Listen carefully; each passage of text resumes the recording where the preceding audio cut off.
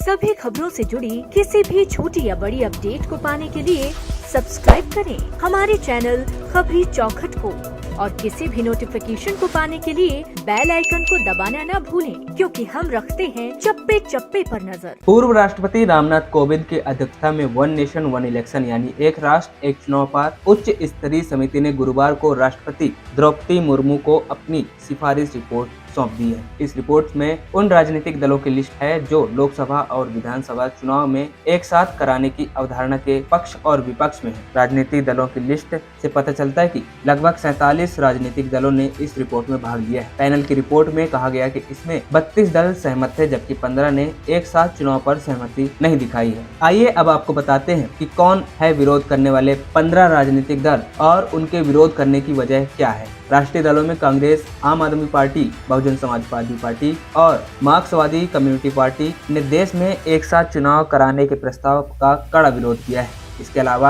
आम आदमी पार्टी, कांग्रेस और मार्क्सवादी कम्युनिस्ट पार्टी ने प्रस्ताव को यह कहते हुए खारिज कर दिया कि ये लोकतंत्र और संविधान की बुनियादी संरचना को कमजोर करता है। समाजवादी पार्टी ने अपने जवाब में कहा कि यदि एक साथ चुनाव कराए जाते तो राज्य स्तरीय पार्टियां चुनावी रणनीति और खर्च में राष्ट्रीय पार्टियों के साथ प्रतिस्पर्धा नहीं कर पाएंगी, जिससे इन दो समूहों के बीच कलह बढ़ सकती है। क्षेत्रीय पार्टी में All India United Democratic Front, Trinamool Congress, All India Majlis e Ittehadul Muslimeen, Bharatiya Community Party, DMK, Naga People's Front और समाजवादी पार्टी के साथ चुनाव कराने के प्रस्ताव का विरोध किया है।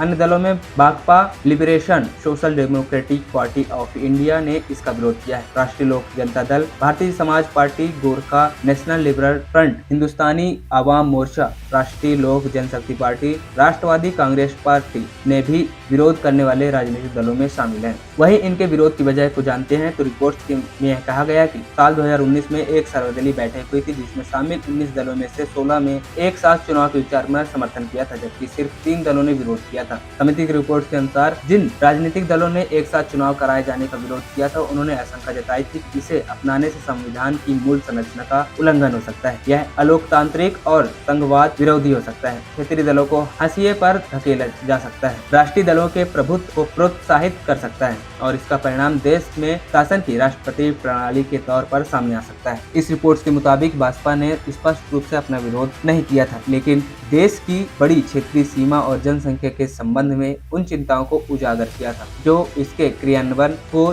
चुनौतीपूर्ण बना सकते हैं। खबरी चौखट की रिपोर्ट।